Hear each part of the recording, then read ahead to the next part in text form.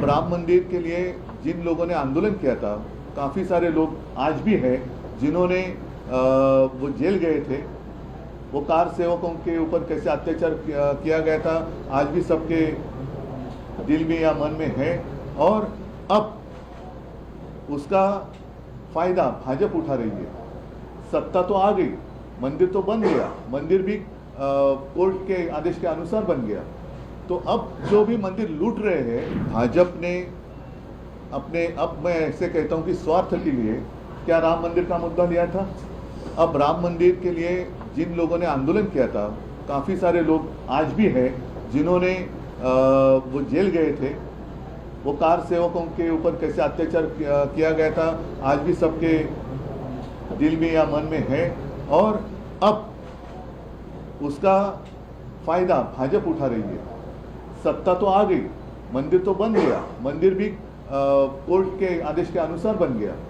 तो अब जो भी मंदिर लूट रहे हैं उनको हिंदू माफ नहीं करेगा। और मैं तो कहता हूं कि मुंबई में रहने वाले, महाराष्ट्र में रहने वाले, पूरे देश में रहने वाले जो भी हिंदू हैं वो सारे इस आंदोलन में आए। उत्तर भारत तो ही है, लेकिन मुंबई में रहने वाले उत्तर भारतीय जो भी जय श्री राम कहते हैं वो भी हमारे साथ जुड़ जाए। जय शिवराय, जय श्री राम कहते हुए वो आए। 5 तारीख को मैं सबको आमंत्रित कर रहा हूँ। जो भी राम भक्त हैं और जितने सारे हिंदू जिनको ये सारी बातें पसंद नहीं है, एक गुस्सा है दिल में, वो हमारे साथ आए।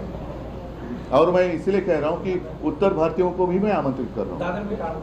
दादर में आने वाले रविवार को 5 तारीख है, लगभग दोपहर के 4 बजे के आसपास मारुति का मंदिर है, जहाँ पहले कबूतर खाना हुआ करता था। वहीं पर एक हनुमान मंदिर है, वहाँ हम सब सारे इकट्ठा आएंगे।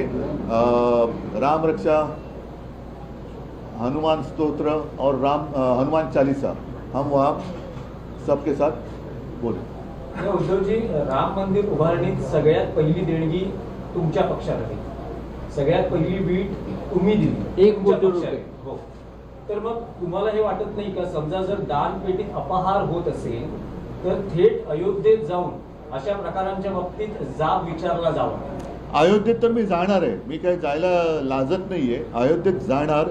परंतु ज्या संपूर्ण देशाने, ज्याच्यामध्ये महाराष्ट्राचा सहभाग मोठा होता, भाजपला दिल्लीत बसवलं, तो महाराष्ट्र आहे। तर महाराष्ट्रामध्ये सुद्धा हे आंदोलन व्हायला पाहिजे। महाराष्ट्र एकदा जागा झाला की संपूर्ण देश जागा होतो।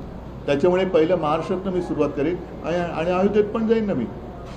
जसं तुम्हाला आठवत असेल की राम मंदिर निर्माण जेव्हा झालं 2-3 वर्षापूर्वी, तेव्हा आम्ही नाशिकच्या काळाराम मंदिरात गेलो होतो।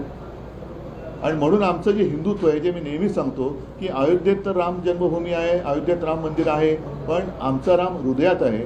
हृदयात राम, हाताला काम आणि शेतमालाला दाम, हे आमचं हिंदुत्व आहे। ठीक आहे, ठीक आहे, चला, थँक्यू। आणखी एक विषय होता तो सोमवारी गांभीर्याने सुरू आहे मुंबईतली जी परिस्थिती। नाही, त्याच्याबद्दल मी ऐका नाही, आत्ता नको, कारण ह्या सगळ्याचं जे मूळ आहे ते भाजपच्या कारभारात आहे।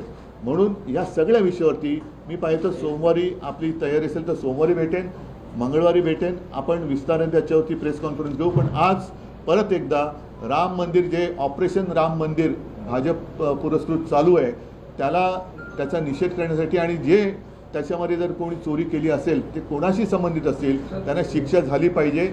आणि म्हणून येत्या रविवारपासून आम्ही हे राज्यव्यापी आंदोलन सुरू करतोय, ज्याची सुरुवात मुंबईत होईल। राज्यामध्ये खेड्यापाड्यात, गावागावात कधी कुठे कसं करायचं, तो सुद्धा कार्यक्रम आम्ही लवकर जाईल। हो, अगदी